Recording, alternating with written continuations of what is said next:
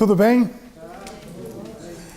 É a minha segunda vez aqui, para quem ainda não me conhece. Alguns de vocês eu já estou reconhecendo, porque retornaram, né? Aqui, por exemplo, outros. Essa moça sorridente que chegou aqui hoje, isso aí é incrível, né? Ela tem um astral bom, né? Parece que a tristeza não bate a porta dela, não é verdade? Bate, mas vai embora, não fica. Passa, mas não permanece. Perfeito. Não permanece muito, não. Bem, quem está vindo pela primeira vez comigo aqui hoje? Deixa eu ver. Muito bem, well. Obrigado pela presença de cada um de vocês. Meu nome, para quem ainda não me conhece, meu nome é Edivaldo Schneider Jonath. Mas, fique só com o Jonath. É meu nome de guerra. Eu sou psicólogo no Brasil. E no Brasil, a minha atuação profissional é junto a algumas organizações. Portanto, eu trabalho com empresas, consultor empresarial. E também trabalho com casais, na arte de relacionamento de casais. Eu já estou no meu 5º casamento, com a mesma mulher. Calma, com a mesma mulher. Porque quando eu casei com ela, ela tinha 19 anos. Aí uns 5 anos depois ela já era outra. Era outra pessoa. Aí eu tive que casar com ela de novo. E assim foram, já umas 5 vezes. Agora ela fez um doutorado. E com a doutora você tem que casar outra vez. Porque agora ela ficou mais brava, mais cheia de si, acha que agora pode. Né? Ela olha para mim e fala, me respeita, eu sou uma doutora. Eu falei, tá bom, vou respeitar. Brincadeira à parte, sou casado já há 24 anos. Tenho 50. Minha mulher fala que eu pareço que eu tenho 49 e 12 meses. Eu tenho uma filha de 20 anos, uma bela mocila, que tem 1,83 m, é bem alta, saiu ao pai, né? Deveria ter colocado umas fotos dela, mas acabei me esquecendo. Hoje eu quero falar sobre um assunto que tem a ver com inteligência emocional. Primeiramente, eu queria perguntar a vocês se vocês conseguem compreender a importância da inteligência emocional para a vida. E segundo, se vocês concordam com esse termo. Se vocês concordam com esse termo inteligência emocional. Concordam? Sim, sim. Eu não. Eu não concordo com esse termo. E vou lhe explicar por quê. Não que esteja errado, não tem nenhum erro em falar inteligência emocional. Mas a questão é que quando nós falamos de inteligência emocional, é que emoções é algo mais fisiológico. Nós todos nascemos com basicamente 5 emoções básicas. Se você for olhar o teu cachorrinho, quem tem cachorrinho em casa, eles têm essas emoções. Por exemplo, o cachorro tem medo. Não é verdade? Quando vem o dia dos fogos, como é que eles ficam? Desesperados, né? Eles latem, eles correm. Os meus fiam tudo para dentro da casinha. Medo. Segundo, os animais têm, principalmente os cachorros, né? Eles têm raiva, têm afeto, eles se afeiçoam aos seus donos. Eles têm alegria, eles têm tristeza. Você pode ver a tristeza nos olhos deles. Portanto, nós também temos essas 5 emoções básicas. Só que, o que os animais não têm? As emoções secundárias. Essas eles não têm. Por exemplo, animal não tem compaixão. Animal não tem inveja. Animal não tem ciúme. Ele tem sentimento de território, que é diferente. Nós temos ciúmes. Por exemplo, nós temos umas combinações de emoções que dão, por exemplo, júbilo. É uma alegria esfuziante. Você, por exemplo, pode ficar triste, mas você pode ficar também deprimido, magoado, chateado, ruborizado, envergonhado. Olha quantas emoções os seres humanos têm. Por quê? Porque nós temos uma combinação dessas emoções. Portanto, talvez o termo melhor para a inteligência emocional seria inteligência sentimental. Por quê? Porque a emoção em si, eu faço uma pergunta: raiva é uma coisa boa ou uma coisa ruim? Tristeza é uma coisa boa ou uma coisa ruim? Alegria é uma coisa boa ou uma coisa ruim? Muito bem, deixa eu pegar outra aqui. Afeto é uma coisa boa ou coisa ruim? Muito bem. Então, alegria, tristeza, raiva, afeto e medo. Medo é uma coisa boa ou ruim? Deixa eu dizer uma coisa, nenhuma dessas emoções são boas ou ruins. Esse é o ponto. Elas são. Elas apenas são o que são. Vamos imaginar, por exemplo, vocês acham que a tristeza não é boa? Já imaginou se no dia que a tua sogra morrer, você chegasse, uau, que legal, ela morreu.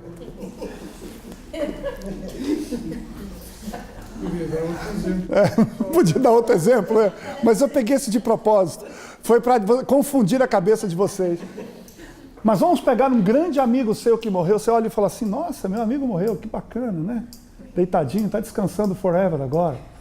Legal, vamos celebrar a sua morte. Hã? A tristeza, ela é necessária, por quê? Sim, claro, porque a questão de morrer tem a ver com uma... Mas de uma forma geral, para nós ocidentais, a morte é sempre uma tristeza, não é? A tendência é essa. Então, é óbvio, obrigado, não levando as questões culturais em voga aqui, né, a questão da cultura, a tristeza, ela é importante por quê? Porque a tristeza, ela traz consigo uma oportunidade de reflexão sobre a vida. É o momento da gente voltar para dentro e entender o que eu estou fazendo aqui, por que aconteceu isso, como é que eu me sinto. O problema é que a tristeza passa a ser má quando ela começa a ser o quê? Constante, presente, ela passa a ser parte constante da vida da pessoa, como é, por exemplo, o caso dos deprimidos, dos melancólicos, por exemplo. Ok? Você tem, por exemplo, a raiva. A raiva é uma emoção extraordinária. Por exemplo, quando eu tinha 160 quilos, eu olhei para mim e fiquei com tanta raiva que eu perdi 60. Olha que doido, né? Então, e é verdade, a raiva, eu tomei raiva daquilo. Então, quando a gente impulsiona a raiva, coloca a raiva para funcionar em nosso favor, isso fica muito interessante. O problema é quando a raiva é direcionada para si, de uma forma doentia, e quando ela, na forma da depressão, por exemplo, e quando ela é direcionada para os outros. Então, esse é um ponto importante. Então, se você pegar cada uma dessas emoções, você vai perceber que no bojo delas todas, a expressão dessas emoções, a expressão delas, a maneira como eu expresso essas emoções, é a grande questão. Por isso que eu coloco aqui a inteligência sentimental. Porque se a emoção é fisiológico, ou seja, você nasce com esse escopo, com essa base emocional, que você já pensou? A emoção, ela tem um papel tão extraordinário em nossas vidas. Já pensou se a vida não tivesse emoções? Tu já imaginou? A vida sem emoção nenhuma, ela seria sempre uma vida cinza. São as emoções que colocam a gente naquele playground. A emoção é um grande playground. Tem gente que nunca frequentou. Percebe? Parece que são de mal com a vida. Percebe isso? Nós vamos falar um pouco disso hoje. Ou seja, porque tem algum distúrbio, porque tem um problema, porque está passando por uma situação difícil, ou porque tem uma característica mais introvertida, porque não é de expressar, é aquele que sente para dentro, mas não expressa. Então, as emoções, elas trazem brilho, elas trazem frescor. É tão bom, não é legal a gente estar com pessoas alegres? Vocês não acham isso? É ou não é bom? Pessoas animadas, porque, deixa eu dizer uma coisa para vocês. Sabe qual é a segunda coisa que mais contagia no mundo? O entusiasmo. Sabe qual é a primeira? A falta de entusiasmo. Você pode acreditar nisso. A segunda coisa que mais contagia é o entusiasmo. Você chega perto de alguém e diz, bom dia ali. Bom dia para você também. Que você tem um dia maravilhoso. Como é que você está? Eu estou ótimo. Tipo você, né? Não é? Eu estou ótima. Que dia lindo. Já tem gente que você olha, bom dia. Só se for para você. É? Parece que ele... Imagina que ele está no ponto lá, como é que fala aqui, do autocarro, onde o autocarro passa. 6 da manhã nesse fio que está aí. E ele pergunta, bom dia, você está indo para onde? Para o inferno. O que você está a perguntar? Ô, gente, eu nunca vou me esquecer de uma história que a minha cunhada viveu em frente ao Leclerc, lá em Oeiras Park, lá em Lisboa. Estava ela, a minha esposa, e acho que uma outra pessoa querendo tirar uma foto num lugar bonito. E tinha um português fumando. Fumava, parecendo uma chaminé. E ela chegou toda educada e disse, o senhor poderia tirar uma foto da gente, por favor? Ele olhou para ela, deu a última fumada, jogou, pisou, falou, não sou fotógrafo. E foi embora. Parece que a pessoa acordou de mal com a vida, né? Fala a verdade. É verdade, ele não era fotógrafo. Isso é fato, isso a gente já sabia. Mas ele podia ter feito um favor, não era obrigado a fazê-lo, mas ele podia ter levado isso com mais leveza. Esse é o ponto. Então, a inteligência emocional, ela passa por uma palavra. A palavra-chave aqui hoje é maturidade. Esse é o ponto. O ponto fundamental é isso. Chama-se maturidade. E eu queria falar um pouco sobre isso. Mas antes de falar de maturidade, e dessa sabotagem, dessa autossabotagem que nós vamos falar aqui hoje, eu queria perguntar para vocês se vocês, por um acaso, já pensaram na diferença que existe entre inteligência e sabedoria.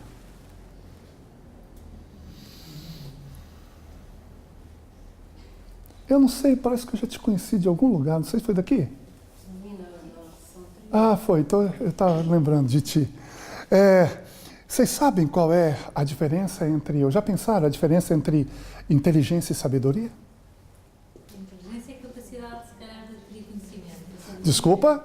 A inteligência é capacidade de adquirir conhecimento. Sim. A sabedoria é ter adquirido esse conhecimento. Ok, uma boa tentativa.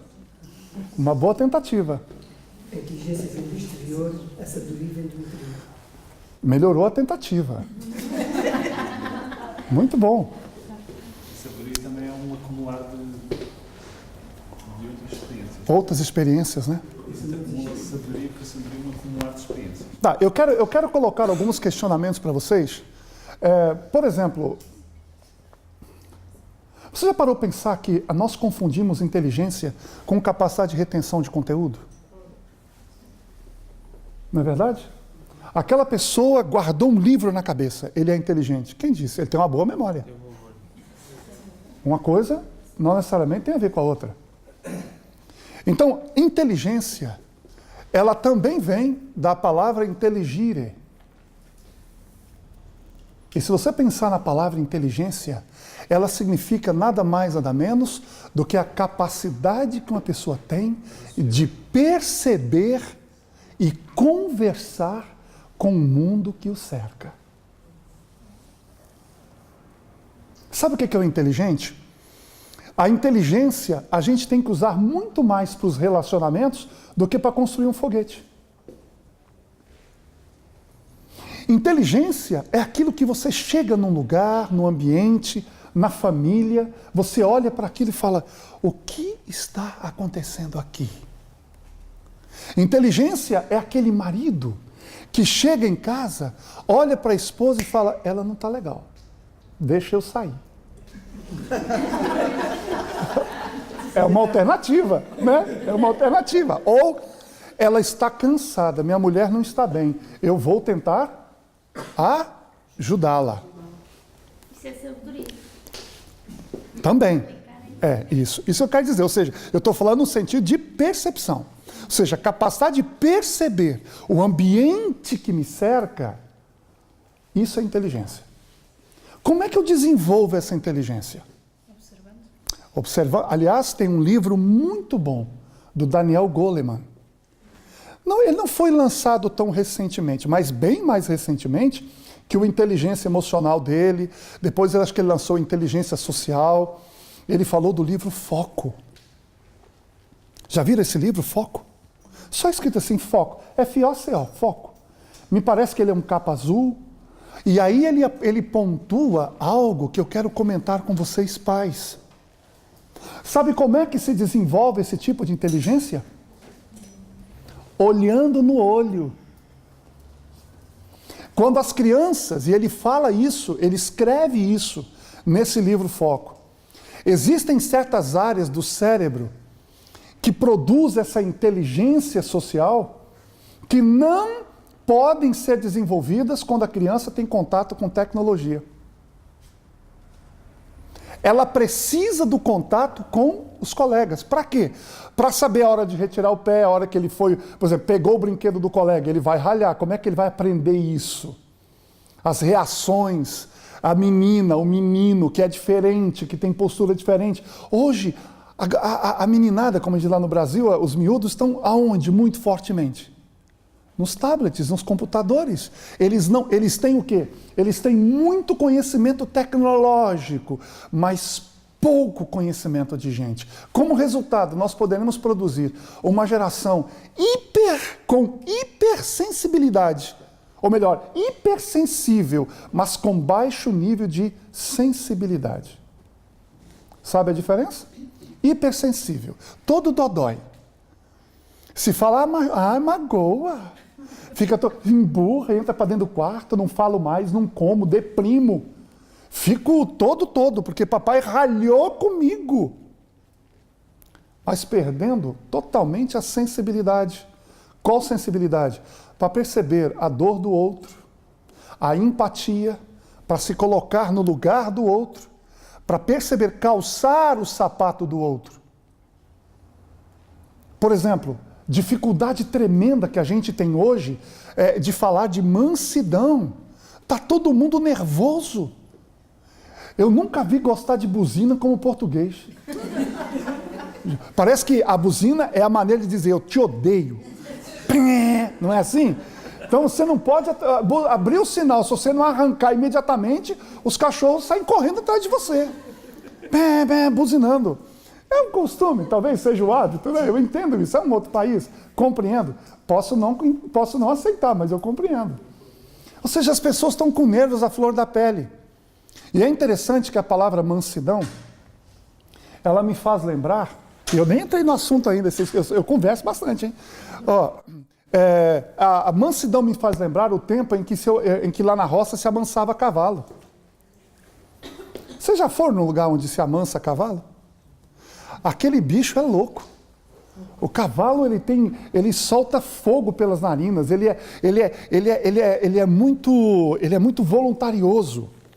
Então ele tem força, ele tem velocidade, ele tem muita energia e é bravo.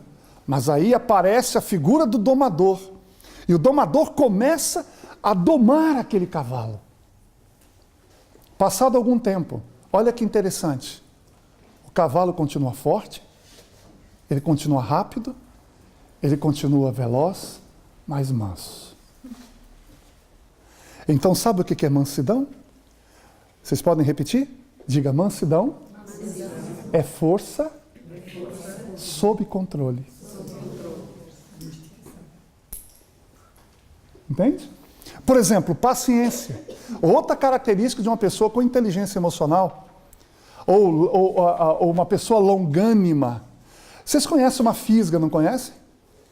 Vocês não foram miúdos, né? Eu tive. Lá no Brasil chama-se de estilingue. Você já viu? Paciência você tem que ter com pessoas difíceis e situações complicadas. Você tem alguma pessoa difícil na tua vida? Tem? Tem alguém? Um esposa, um filho, um chefe lá no trabalho? Não é? E a ideia da longanimidade é a ideia da fisga, que você estica, e quando você não aguenta mais, estica um pouquinho mais. Paciência. Ou seja, tudo isso tem a ver com inteligência dos sentimentos.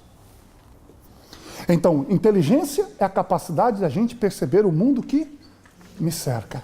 O que é sabedoria? Vocês já falaram. Sabedoria é a capacidade da gente viver nesse mundo. De viver nesse mundo. Então, nós precisamos desenvolver a inteligência emocional. Desenvolvê-la. Agora eu faço a segunda pergunta. O que é desenvolver? Me dê sinônimos para desenvolver. Participação da plateia. É bom, sempre bom, a gente fazer isso juntos. Afinal, eu vim de tão longe, né? Me ajudem. Oi? Treinar. Desenvolver é treinar. Desenvolver é mais o quê? Acrescentar, mais? Aperfeiçoar. Tá bom, e não é nada disso. Obrigado. Mas eu gosto dessas respostas. É bom porque... Bem, quando eu faço a brincadeira, não é nada disso, não é que não é nada disso, é que eu brinco com vocês. É que eu estou dizendo é que eu vou propor uma outra proposta. É isso que na verdade eu quero dizer isso. Eu quero fazer uma outra proposta para essa que vocês colocaram aqui. E neste caso, eu vou usar uma história da Bíblia. Posso? Ok. Se essa história é verdadeira, isso não vem ao caso aqui. Esse não é o ponto. Ela pode ter sido uma alegoria, uma história, eu não sei o que foi. Mas se foi verdade ou não foi, isso não importa aqui. O que importa é o que aconteceu. Diz que Cristo, quando esteve aqui, nessa história, ele frequentava a casa de 3 pessoas. Eram 3 irmãos. Marta, Maria e Lázaro. Eles eram muito amigos. E um dia o amigão deles, que era Jesus, estava meio fora da cidade, uns 30 quilômetros, mandaram um recado para ele. Olha, é o seguinte, o teu amigão está doente. Falou, fala para ele para segurar as pontas que eu já estou chegando. Esse negócio passou dias. E mandaram o segundo recado. O cara piorou. Ele falou, não, eu estou sabendo. Fica tranquilo que ele não vai morrer, não. Passado mais alguns dias, a notícia, olha, o teu amigo morreu. Falou, tudo bem. Nem para o enterro ele foi. Que amigo, hein? 4 dias depois ele aparece lá. Fala, onde vocês botaram o corpo? Lá. Então vamos lá. Diz a história que chegaram lá, mandaram tirar a pedra e falou, Lázaro, vem para fora. O que vocês acham? Ele veio? Veio nada? Veio nada? Eu não estou dizendo que ele não ressuscitou, eu estou dizendo que ele não veio. Ele não veio. Por que eu sei que ele não veio? Segundo o relato da Bíblia. Porque diz que Jesus em seguida dá uma ordem. Desatai-o e deixai-o ir. Então ele levanta, mas não anda. Por que não anda? Porque ele estava todo enrolado. Óbvio. Ou seja, Lázaro tinha braços, Lázaro tinha pernas, Lázaro tinha cabeça, Lázaro tinha vida, mas não podia andar. Por quê? Porque ele estava envolvido. Por isso que Cristo diz, desenvolvei-o. Sacaram agora? Para que ele ande.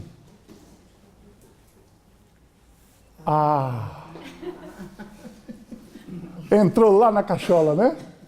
Então, desenvolver, repita comigo, desenvolver significa desenrolar, desembaraçar. A pergunta é, o que nos embaraça para que nós não tenhamos uma saúde emocional maior do que poderíamos ter? O que nos embaraça emocionalmente, ou nos envolveu, de tal maneira que muitas vezes não alcançamos a maturidade emocional que nós precisamos.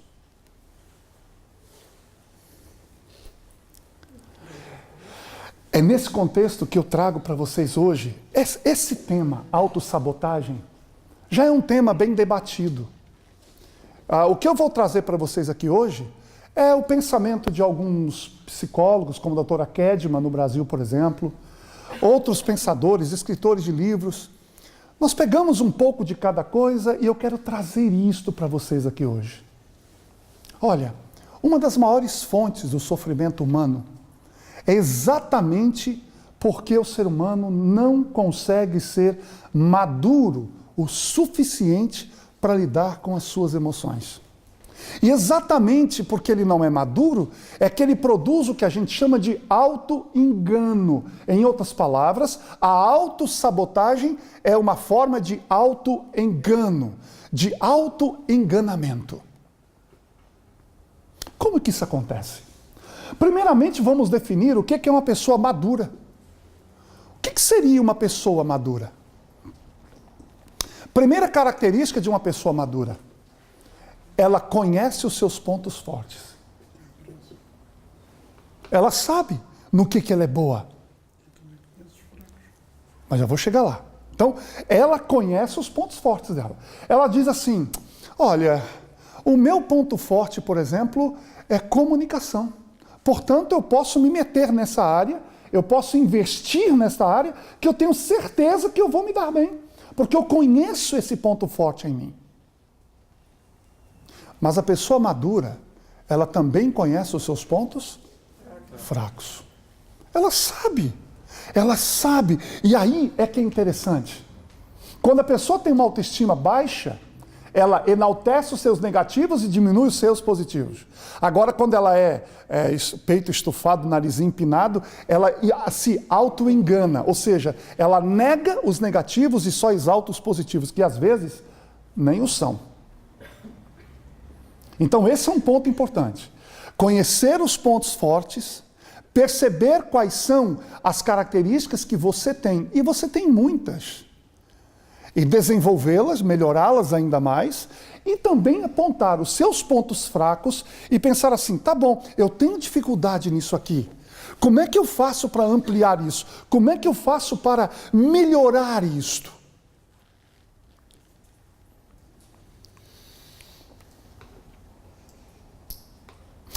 Mas muitas vezes,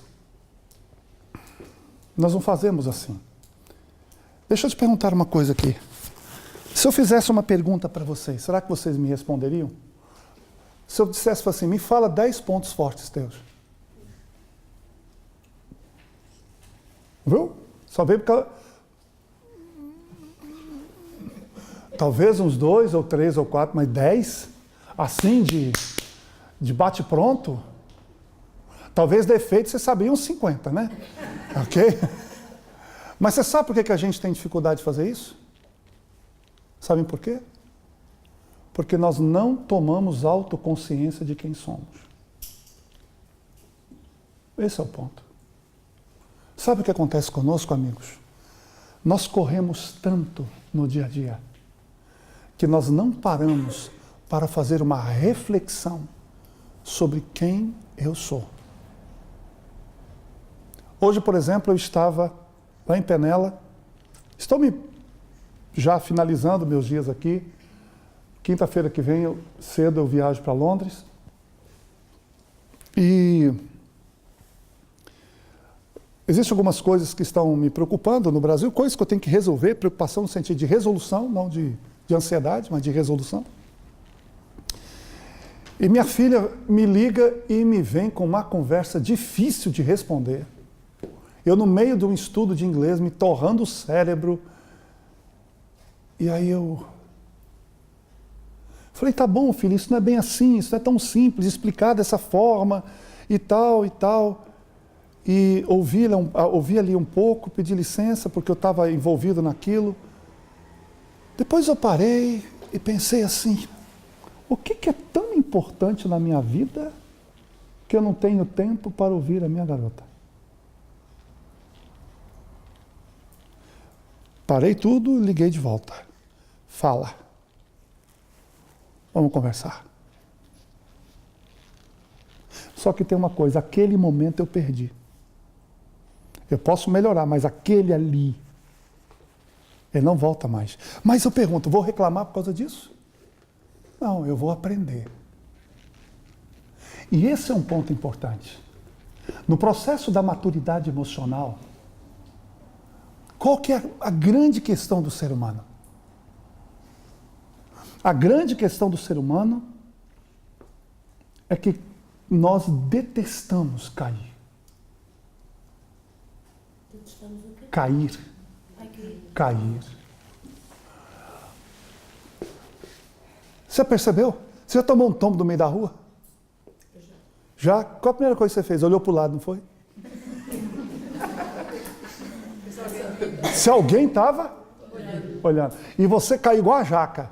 Pá, e levanta, se arruma toda, como diz a doutora Kézia que cita esse exemplo, se arruma todo e sai. Por quê? Porque se você parar para pensar, cair é uma vergonha. Eu pergunto, o que é cair para você? Não, aprender é consequência. Errar. É isso. E o que é? Erros. Por exemplo, imagina que você tem um emprego que ganha 3 mil euros por mês, que eu estou falando porque eu conheci de um caso. E de repente, pá, não tem mais. É despedido. Lá se vão 3 mil euros embora por mês, e aí? Imagina que você falha, cai como pai, como marido, como esposa, como mulher, como homem. O que é cair para você? É errar no comportamento do outro. Errar no comportamento. O que é a sua queda? E olha que interessante, quando a gente cai, a gente fica parecido com quem? Quem é que anda de 4 patas? É os animais. Você se torna um animal. E eu te pergunto, o ser humano é arrogante? Ou se é? Uhul! E em cima de 2 pezinhos... Por exemplo, quanto você calça? 36. 37. Qual a sua altura? 1,57 m. Podia ter, né? O pezinho combina bem com 1,57 m. Mas imagine 1,60 m com 34 de sapatinho. Já pensou? Ou seja, com esse pezinho, você pode tropeçar e cair a qualquer momento. Sim ou não? O que Freud vai dizer uma coisa muito importante sobre maturidade. Ele vai falar o seguinte, que uma das características da maturidade é exatamente a capacidade de rir de si mesmo. Oh, eu caí. Que legal. Não é? Eu caí, eu perdi o emprego, vou ter uns dias de férias, que legal. Vira a parte positiva. Vou ter que aprimorar meu currículo agora, vou ter que ajeitar meu inglês, vou ter que me virar, vou ter que correr atrás. As nossas quedas, nós temos que sermos capazes de rir de nós mesmos. Rir de nós mesmos aqui não significa que você quer cair só para rir. É que já que caiu, é aprender a achar graça das suas próprias falhas, achar graça dos seus próprios erros. Por quê? Por quê? Porque você falha. Esse é o ponto. Você é falho. Isto é teu, isto é propriedade tua, isto é o ser humano. O ser humano falha. Entende? O ser humano falha. Então aprenda a rir das tuas falhas.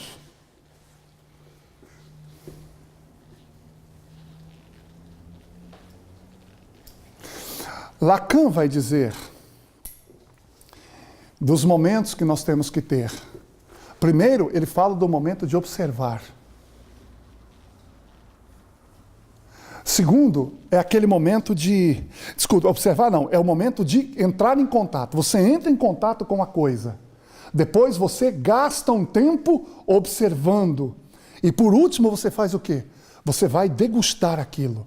Entender por que aquilo aconteceu. Aonde é que nós falhamos? Nós entramos em contato com a coisa, quase não observamos e muito pior, não refletimos sobre aquilo que fazemos. Gente, isso é sério. Esse é um ponto, por isso que tem tanta gente precisando de psiquiatra e precisando de psicólogo. Para quê? Para pagar caro para fazer uma coisa que você podia fazer sozinho, já há muito tempo. Se auto-perceber, se autoconhecer, conhecer seus limites, conhecer suas capacidades, entender até onde você pode e até onde você não deve ir naquele momento. Ser capaz de dizer, isto não é para mim, agora, ainda não é para mim.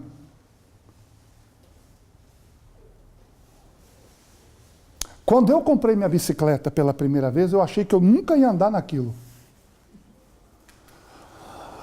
Depois, quando eu fui no meu processo de eliminar o peso, porque perder a gente não pode, senão o outro acha. Então, peso a gente tem que eliminar. Você pode ter certeza, quando você vê um gordinho e fala isso, ele achou o meu. Ele achou o meu peso, coitado, tadinho dele, tem a dó do gordinho. Ele achou o peso que você perdeu, né? Por isso que peso a gente elimina. Resultado, eu tenho 50 anos. Eu cheguei aqui em Portugal para passar um mês, eu comprei uma bicicleta. Você acredita nisso? Comprei. Investi 440 euros para que eu tivesse saúde. E ontem, por exemplo, eu subi aquela montanha toda lá de Penela, 10 quilômetros só subindo. 1 hora e pouquinho já estava lá no alto. 50 anos. Mas sabe o que é isso? Isso é hábito. A perna endurece, você pega o jeito. No princípio você tem que ter língua grande, porque você vai botar muita língua para fora.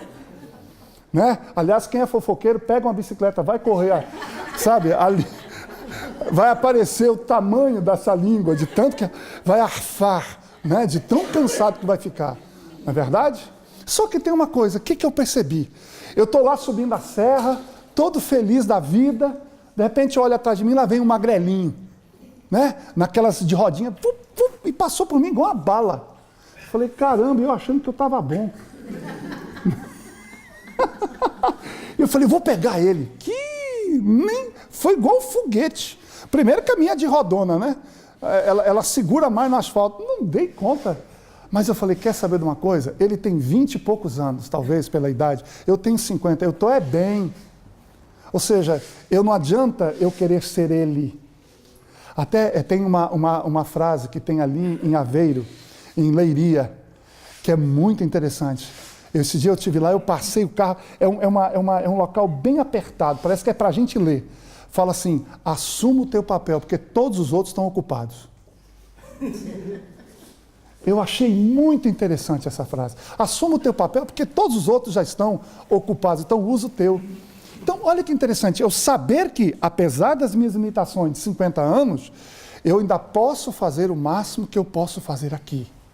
Então eu quero trazer para vocês o seguinte, a autossabotagem, ela tem um ciclo. Hoje a palestra tem um slide, é esse mais um só e já acabou. Então nós já estamos no primeiro, agora falta que horas são agora?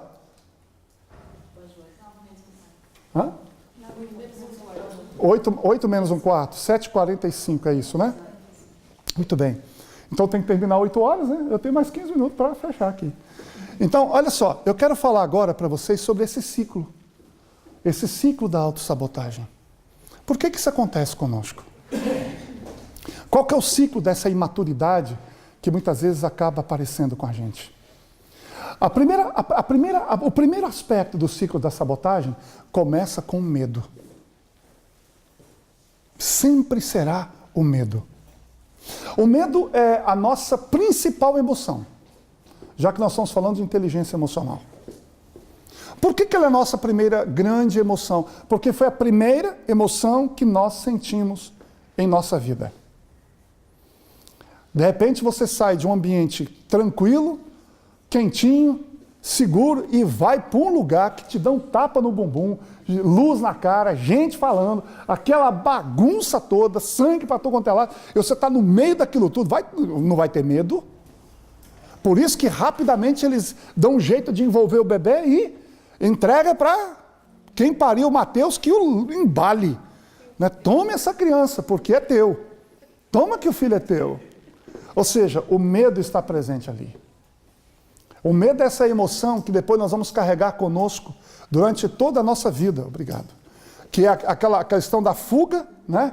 Da fuga ou do ataque. O medo nos faz atacar ou nos faz fugir, ou nos faz correr.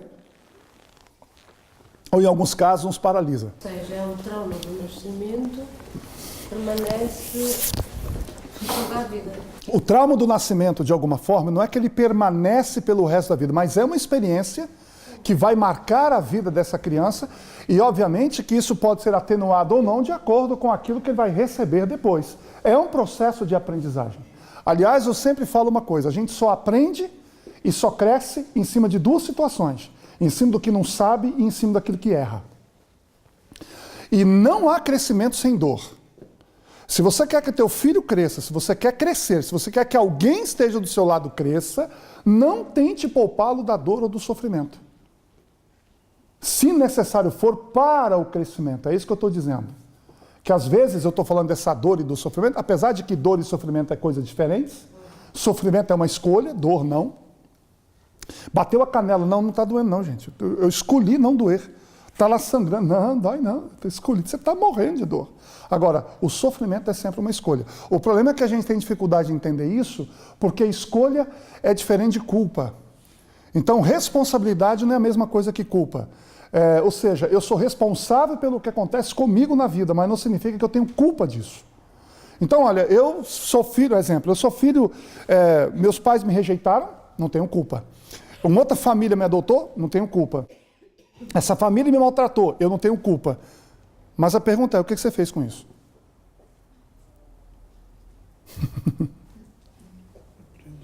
O que você fez com isso? E isso que você vai fazer com tudo que aconteceu com você é responsabilidade tua. As pessoas confundem culpa com responsabilidade. Então você não teve culpa de nada, mas tudo bem. Agora vamos lá? A vida é isso mesmo. O que você pode aprender isso? Vocês já viram aquele rapaz que não tem pernas e nem braços? Que anda dando palestra por aí? É um exemplo que eu estou dizendo. Lá no Brasil, tem um homem lá que é um exemplo para o brasileiro. Sabe o que era a profissão dele? Ele vendia balinhas no Rio de Janeiro, mas não era bala de revólver não, sabe? Ok? Como é que é? Rebuçados. Ok. Rebuçados. Gente, que isso? Chegar no Brasil, quer um rebuçado? Ele falou, que isso, gente? Não vai vender nada, eu vou achar que isso é de comer. Ele vendia essas coisinhas, balinhas, doces, bombons, essas coisas aí. Os chucherias, como diz na Espanha. Só que tem um detalhe. Ele trabalhava em frente à Estação Central do Brasil. Uma das estações mais movimentadas do Rio de Janeiro. Mas havia muitos vendedores de bala ali. Gente com dificuldade, gente que estava ali tentando ganhar a vida. Só que tem um detalhe, ele era o melhor vendedor de bala. Ele tinha um jeito que era só dele, uma técnica que era só dele. Aí um dia, o Jô Soares, na época, tinha um programa, eu não me lembro se era no SBT, que é uma rede de TV, ou era Globo já. Ele convida esse homem para ir no programa dele falar como é que ele fazia para vender daquele jeito. Deixa eu te falar uma coisa, se não me falha a memória, um dos anos passados aí, ele faturou 4 milhões em palestra. Virou palestrante. Ensinando pelo mundo afora como é que se faz para atender pessoas. Ou seja, ele transformou uma tragédia, talvez da vida dele, do passado, num sucesso, porque ele escolheu fazer diferente. Foi inteligente? Sem dúvida. E foi sábio. Percebeu e atuou. Então, a primeira questão que nós temos é o medo. Sempre o medo vai estar presente. O próximo ciclo, qual que é? O próximo ciclo é a perda. Percebeu? O medo é sempre de perder alguma coisa. Já percebeu isso? O medo é sempre de perder alguma coisa. Agora, deixa eu lhe perguntar uma coisa. Eu sei que isso é difícil entender isso. Mas no dia que nós entendermos isso, nós vamos ser tão mais felizes e mais leves. Diga para mim, como eu posso perder algo que nunca foi meu? Deixa eu perguntar, a vida é sua? O carro é seu? E a casa? E a mulher? Você que nem sabe com o dinheiro. Né? E o marido? Tem umas que falam assim, é meu, não sei mais quantas, né? Nada é seu. Nem os filhos, entende? Então, aqui vai, no Brasil, tem um canal na internet que chama OLX. Você vende de tudo, até a mãe, a sogra, você vende tudo. A sogra também vem no OLX. Então, eu vou dar uma para vocês. Sabe qual é a propaganda da OLX? Então, eu vou desejar OLX para vocês. Porque a propaganda é desapega, desapega, desapega. OLX. Desapega. Tudo aquilo que você ama, tudo aquilo que você apega, você vai sofrer.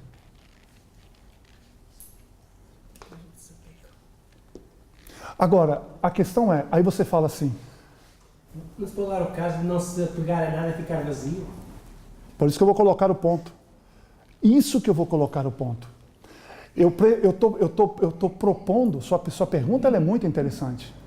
Assim como, por exemplo, quando eu falo que a gente não deve criar nenhuma expectativa em relação a ninguém, mas ter esperança e não uma expectativa, quando você muda, você tira o apego, substitua-o pelo vínculo. Faça vínculos, não apego. Vou te explicar qual é. Porque apego é a objetos, a coisas e a pessoas. Vínculo você só deve ter com gente, não com coisas. Coisas nós usamos, pessoas nós amamos. Essa é a diferença. Vou repetir isso. Coisas são para serem usadas.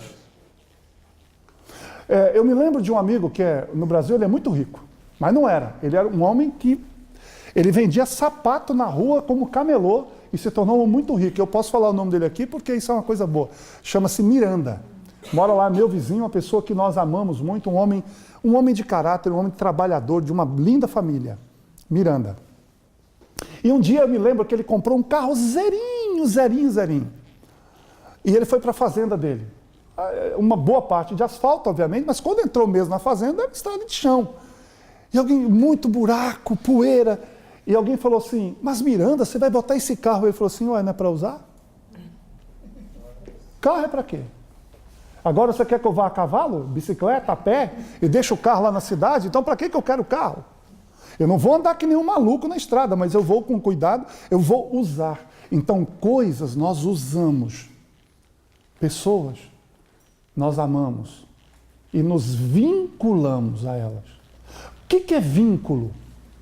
O vínculo é isto. Olha o vínculo. Vínculo é uma coisa que une a outra. E o que nos tem que unir? O que tem que nos unir uns aos outros? É um vínculo só, o amor. Então nós temos que estar vinculados às pessoas pela via do amor. Só que o amor tem uma questão. Quem ama deixa livre. Quem ama não prende. Quem ama não segura. Quem ama de verdade deixa ele embora. Daí é que vai aparecer daqui a pouco o ciúme, porque o ciúme existe com uma pressuposição de que aquilo é meu. Meu marido, quem disse que é teu? Minha mulher, olha que palavreado a gente tem. Esse homem que você chama de marido está contigo enquanto ele quiser. Eu falo para minha esposa, na minha casa a gaiola tem a porta aberta. Voa, passarinha. Só quero ver se achar outro igual eu. Aí a gente tem que jogar um charminho, né? Para ver se não vai embora. Né? Fazer propaganda faz parte. Não é verdade? Então veja. Compreendeu isso? É o contrário. Quando a gente desapega, a gente se enche de outra coisa. De outros valores.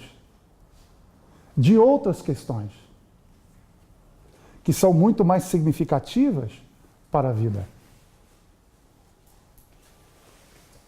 Por exemplo, manipulador usa ou não as pessoas? Aí é que está a diferença. Você usou um termo, manipulação.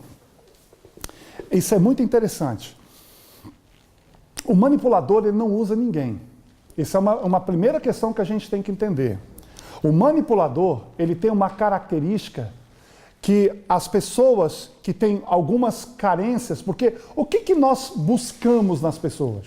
Nós buscamos reconhecimento e nós buscamos nas pessoas algum nível de apoio e algum nível de amor. Então nós queremos reconhecimento do outro e ser amado pelo outro.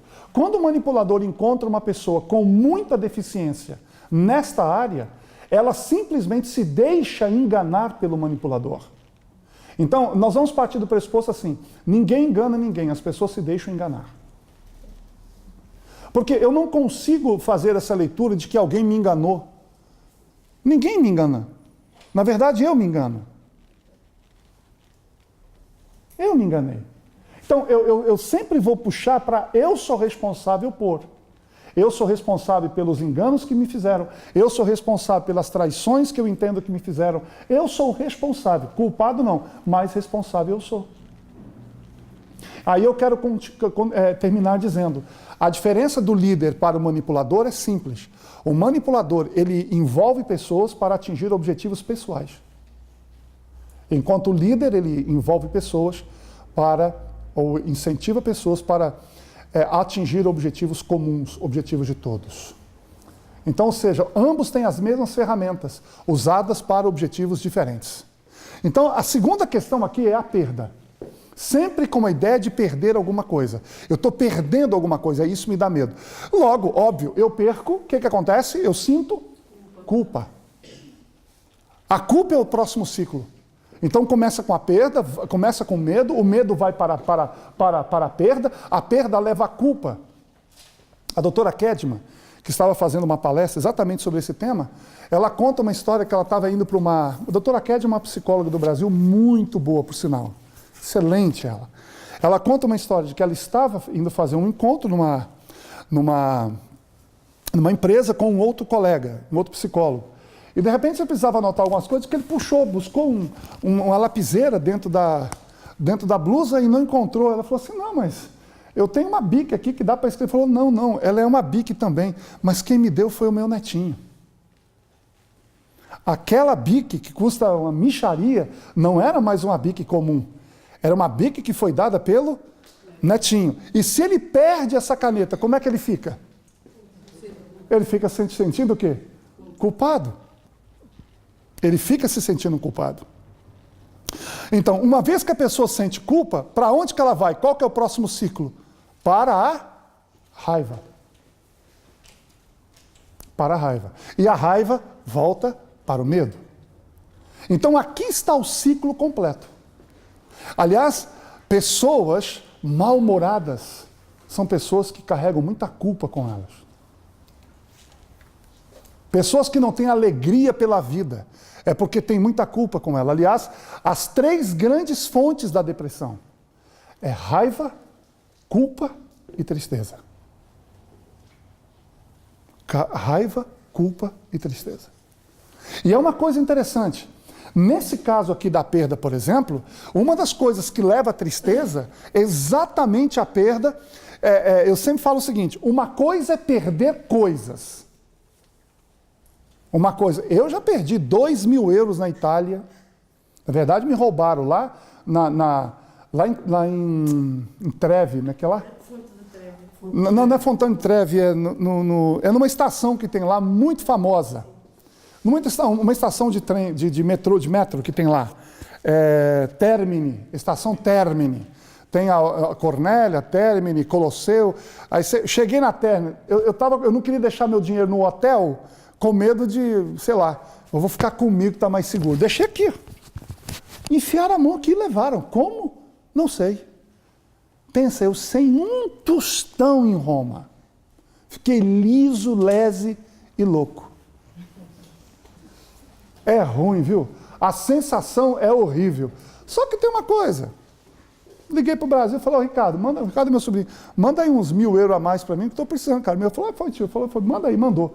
Pronto, já peguei 1.000 euros, já fui de novo. Falei, foi, acabou, não tem o que fazer. Foi embora. Mas é ruim. A gente perde essas coisas e supera. Supera. Agora, imagina uma pessoa que passou a vida inteira perdendo. Imagina. Olha só, deixa eu colocar uma coisa para você. Uma das formas que a raiva tem de se colocar é através da projeção. Deixa eu dizer uma coisa, a raiva dificilmente você segura em si, a não ser no caso da depressão. Porque o deprimido tem raiva de si mesmo. Eu ouço muitos deprimidos dizerem, eu não me perdoo, morre de raiva de si. Como eu permiti fazer isso? A minha vida foi uma desgraça. Eles usam essa expressão, a minha vida não vale nada, eu não consigo, eu não posso. Existem algumas formas de a gente colocar essa raiva para fora. Por exemplo, uma raiva simples, você dá um tapa na perna, o que você fez? Como é que eu fiz isso? O que é isso aqui? Raiva. Você está projetando a raiva em você mesmo. Agora tem outras maneiras de você projetar a raiva. Eu vou dizer uma coisa, para os relacionamentos entre casais aqui, sabe qual é uma das formas mais terríveis de projetar a raiva? Crítica.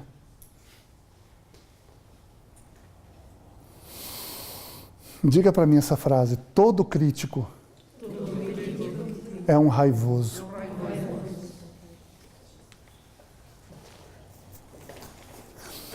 Sabe o que seria uma pessoa madura do ponto de vista da raiva? Ao invés de criticar, ele chegava e dizia, como é que é seu nome? Imagina que ele chegasse, Esmeralda. Esmeralda, meu bem, eu estou com muita raiva do seu comportamento. Vamos conversar sobre isso? Será que nós temos maturidade de falar, ok, vamos falar. Por que estás com raiva de mim? Imaturidade começa a aparecer nessas horas. Nós temos muita dificuldade de lidar com as nossas emoções. Uma das razões, sabe qual é? É porque nós não aprendemos em casa a fazer isso. Essas coisas se aprendem em casa, se aprendem entre nós. Hoje se discute pelo WhatsApp. Acabou. Por isso é que é importante que as pessoas falem. Precisa falar. Saber. Eu sei disso. Observe bem. Tem gente que fala assim, eu falo na cara e não mando recado. Isso é ser mal educado. Deixa eu dizer uma coisa. Se você não, principalmente em relação à crítica, se você tem uma crítica a fazer em relação à minha pessoa, me peça licença para fazer. Os casamentos e as famílias têm sido verdadeiros ninhos de neuroses, porque as pessoas não sabem lidar com essas emoções, não sabem sentar para falar, escuta a pessoa falar. É aí que Daniel Goleman vai dizer que nós precisamos da compreensão empática, se colocar no lugar do outro. O apóstolo Paulo, escrevendo aos Gálatas, ele fala que nós tínhamos que ter ternos afetos de misericórdia. Sabe o que é ternos afetos de misericórdia? É colocar o teu coração na miséria do outro. Já que ele falha, isso me lembra uma história. Se é verdade, eu não sei. Diz que um casal recém-casado compraram um apartamento novo, lindo, pintaram tudo. E a menina, a moça nova, foi fazer o primeiro almoço do casal. Não era aquele modelo antigo, mulher em casa, marido fora, né? Essa história é antiga. E disse que por cargas d'água, aquele feijão, aquele dia, ela abriu a panela, aquele explodiu o feijão, sujou o teto, aquele virou um pandemônio. E ela sumiu. Saiu de casa desesperado, porque não sabia o que fazer, ia tomar uma bronca do marido, que acabou com a cozinha. E ele chegou em casa, entrou, viu tudo e saiu. Umas 2 horas depois, ela voltou para lá. No meio daquela coisa preta, em toda a cozinha, estava escrito, nunca esqueça que eu te amo.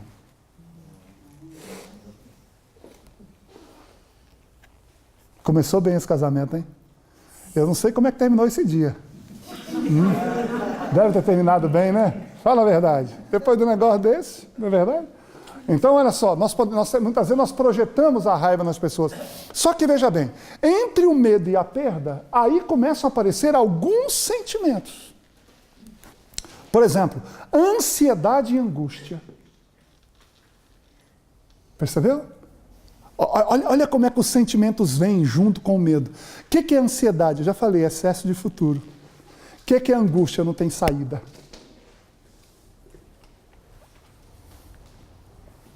Agora imagina uma pessoa guardar isso aqui no peito.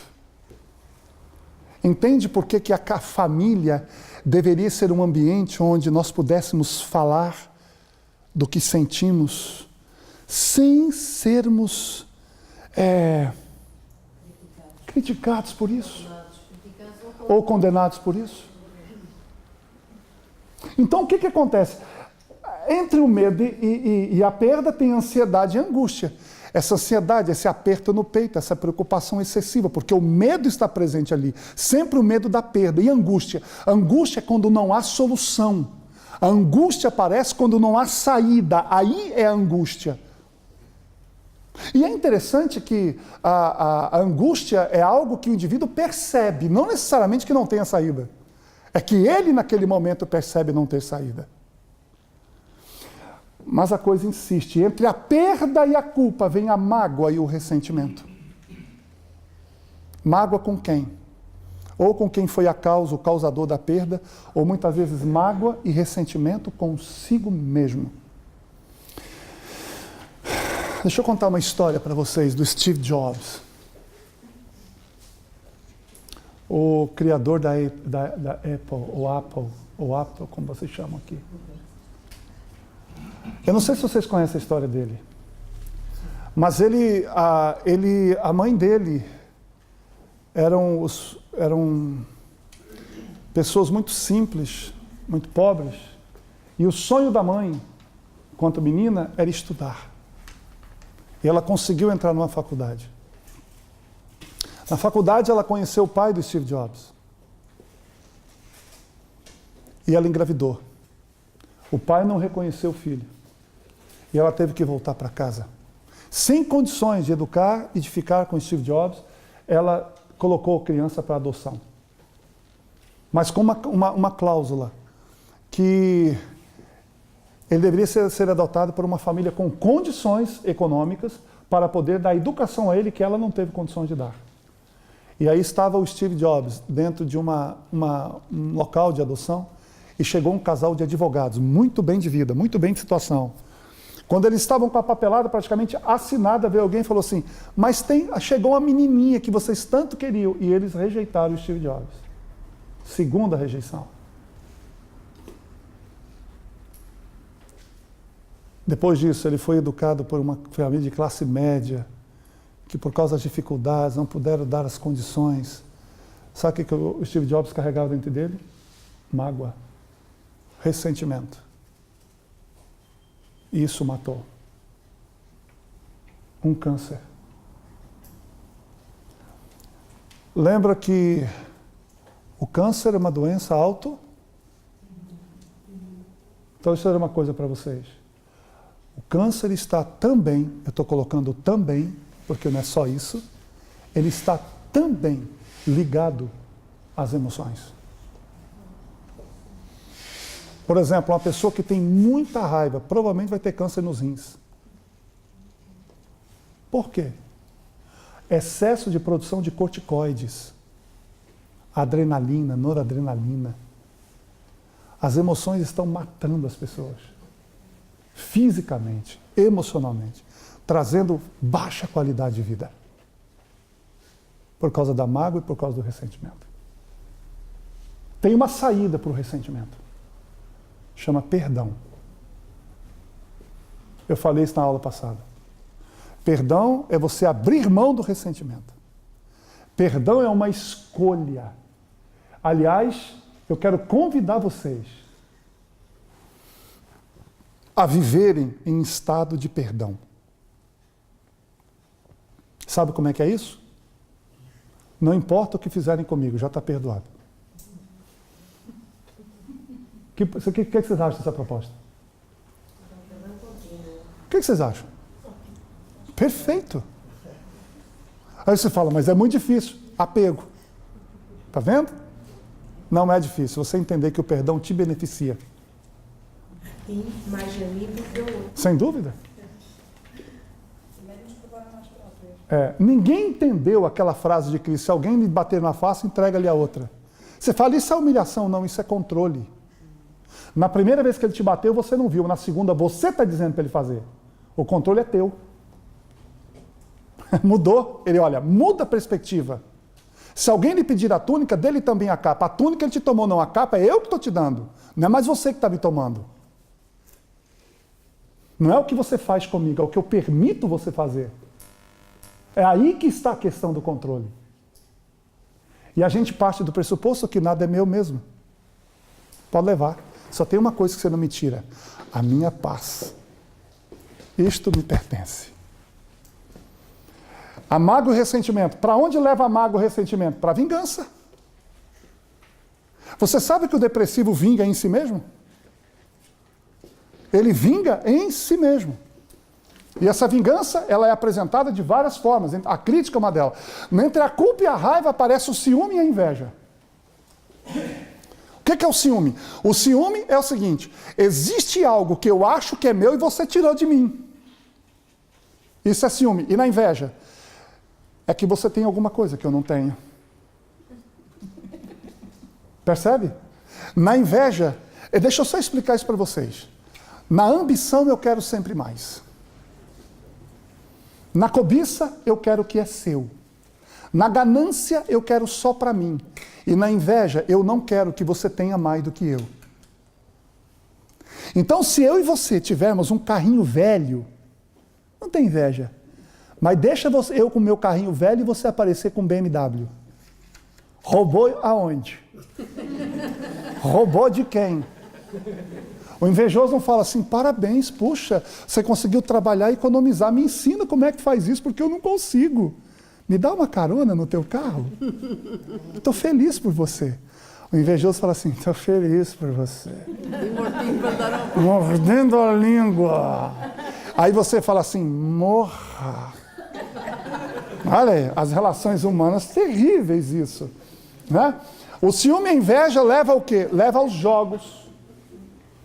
E aí nós temos aqui um cara chamado Eric Berne. Ele fala desses jogos. Existem... Todos nós jogamos, gente. Todos nós jogamos. Existem os jogos de gente que tem caráter e jogos de gente que não tem caráter.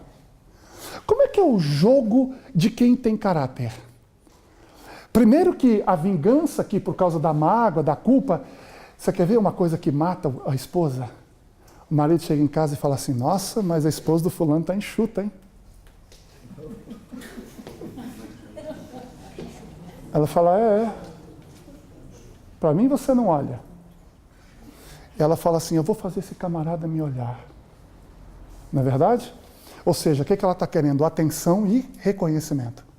Aí o que ela faz? Ela se arruma toda, se empeteca toda, fica toda linda esperando ele em casa. E ele chega e fala, amor, estou tão cansado, nossa, eu estou arrebentado, eu vou dormir. Não viu. Esse é um tipo de jogo. Normal. É o jogo para chamar atenção e para reconhecimento. Agora, qual é o jogo sujo? Jogo de quem não tem caráter. Puxa o tapete. Vocês acham que na política tem muita puxada de tapete? Muita inveja, muito ciúme, muita gente imatura na política e gente psicopata também. Aliás, tem uma psiquiatra no Brasil que escreveu um livro chamado Mentes Perigosas. Ela fala que, em tese, né, ela usa, eu não sei de onde vem esse número, mas ela fala que em torno de 3% das pessoas são psicopatas. É aqui que entra o manipulador charmoso, é aqui que entram os manipuladores, os psicopatas, aqueles que puxam o tapete, aqueles que tentam destruir o outro com um sorriso no canto da boca. Entre a raiva e o medo, você vai ter o cinismo e o sarcasmo. É engraçado que muitas vezes a raiva se manifesta, não é por gritos, às vezes sim, gritos, palavrões e até ataques verbais e físicos. Mas existem formas mais sutis de nós colocarmos a nossa raiva. E tudo isso, gente, poderia ser tratado de uma outra forma. É isso que eu estou dizendo. A imaturidade nos leva a ter uma péssima inteligência emocional. Fazemos uma guerra para depois falar desculpa. E aí fica bem. Por que evitou tudo isso? Não precisava nem a desculpa. Como é que é essa questão do sarcasmo e do cinismo? Gostei de um exemplo que eu vi esses dias. Ela falou assim, nossa, quando eu vejo aquele programa com aquelas antas gordas daquele jeito, isso me lembrou você. O que ele está dizendo? O sarcasmo, ele é um humor. Sabe o que é o sarcasmo? É você botar inteligência na sua raiva. Uma forma de esconder o medo, talvez. Na verdade, é covardia. Na verdade, a raiva, sabe o que é raiva?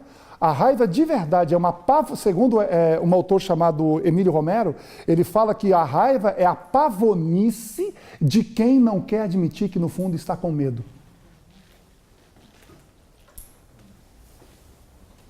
Lembra que a emoção original é o medo. A pergunta é, diante desse quadro da imaturidade que leva a isso tudo, como que quebra esse ciclo? Como é que se quebra esse ciclo? Tem algumas formas. Primeiro, autoconhecimento. Lembra daquilo que eu falei antes? Parar e refletir. Autoconhecimento. Segunda coisa que a gente muito pouco faz. Fazer uma pergunta. Por que eu sinto isso? Por quê? Por quê?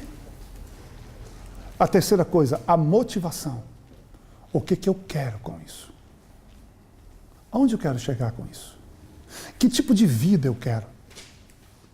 Esse é um processo que você pode fazer isso sem a ajuda de um terapeuta. E depois você pensar que você tem que ter inteligência intrapessoal e interpessoal. Essa parte do autoconhecimento, essa parte do por que eu estou sentindo isso, e a motivação, isso é inteligência intrapessoal. Autoconhecimento, pontos fortes e pontos fracos, levando à maturidade. Como dizia um professor, se alguém disser que você não presta, não fique chateado, você é 10 vezes pior. Então, por que você se defende tanto? Essa é uma boa estratégia. Hoje, minha mulher me ligou e ela queria que eu contasse uma coisa que uma pessoa tinha ligado. Eu falei, mas amor, o que ele me contou você já sabe. Ela ficou raiva do outro lado. Mas você nunca me conta as coisas. Eu falei, você está com raiva? Eu estou. Eu falei, respeita a tua raiva, depois a gente se fala. Tudo bem? Tudo bem. E desligou o telefone. Passados uns 20 minutos, ele me mandou uma mensagem. E eu liguei de volta. Falei, e aí? Passou a raiva? Passou não. Mas já tinha passado. Eu falei, nossa, sua raiva passa rápido, né? Olha, não venha por cima de mim. Eu estou numa boa. Eu falei, eu sei que você está numa boa. Eu falei, então vamos conversar? Vamos conversar. E já estava tudo bem. Às vezes você tem que retrair, sair, deixar a pessoa pensar, deixar a pessoa refletir, ser um condutor das emoções. Esse é o nosso lugar. Sua e de quem está com você. Então, essa é a inteligência intrapessoal. E a inteligência extrapessoal? Ou a inteligência para fora? Aí é que está o ponto. Eu gosto dessa coisa que eu coloco. Eu falo o seguinte, você não precisa concordar, você não precisa aceitar, mas você pode compreender. Nós precisamos aprender a nos colocar no lugar do outro. Já viu como é que a gente é rígido com quem chega atrasado? Já percebeu isso? Só estou dando um exemplo. Já chegou atrasado, fala assim, por que será que ele chegou? Olha o exercício diferente. Ao invés de você atacar, veja, está errado, não devia ter chegado atrasado, mas pensar assim, o que levou ele a chegar atrasado? Ele está chegando atrasado porque quer, porque não pôde ou porque algo impediu? Apenas faça o exercício da compreensão empática, sem julgamento, sem crítica.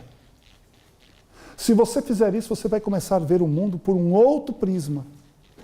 Você vai estar mais... Olha os ganhos que você vai ter. Você vai estar mais em paz. Você vai estar mais relaxado, mais tranquilo. Você vai estar mais no controle.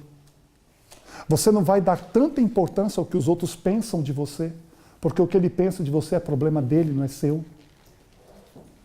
Não é seu problema. O que você pensa de mim? Que eu sou um canalha? Ok. Respeito o teu pensamento. Vai com Deus e a sua canalice. Porque quando ele pensa de mim que eu sou um canalha, na verdade o canalha é ele, porque eu não posso pensar por ele, é ele que está pensando. Aquilo está dentro dele.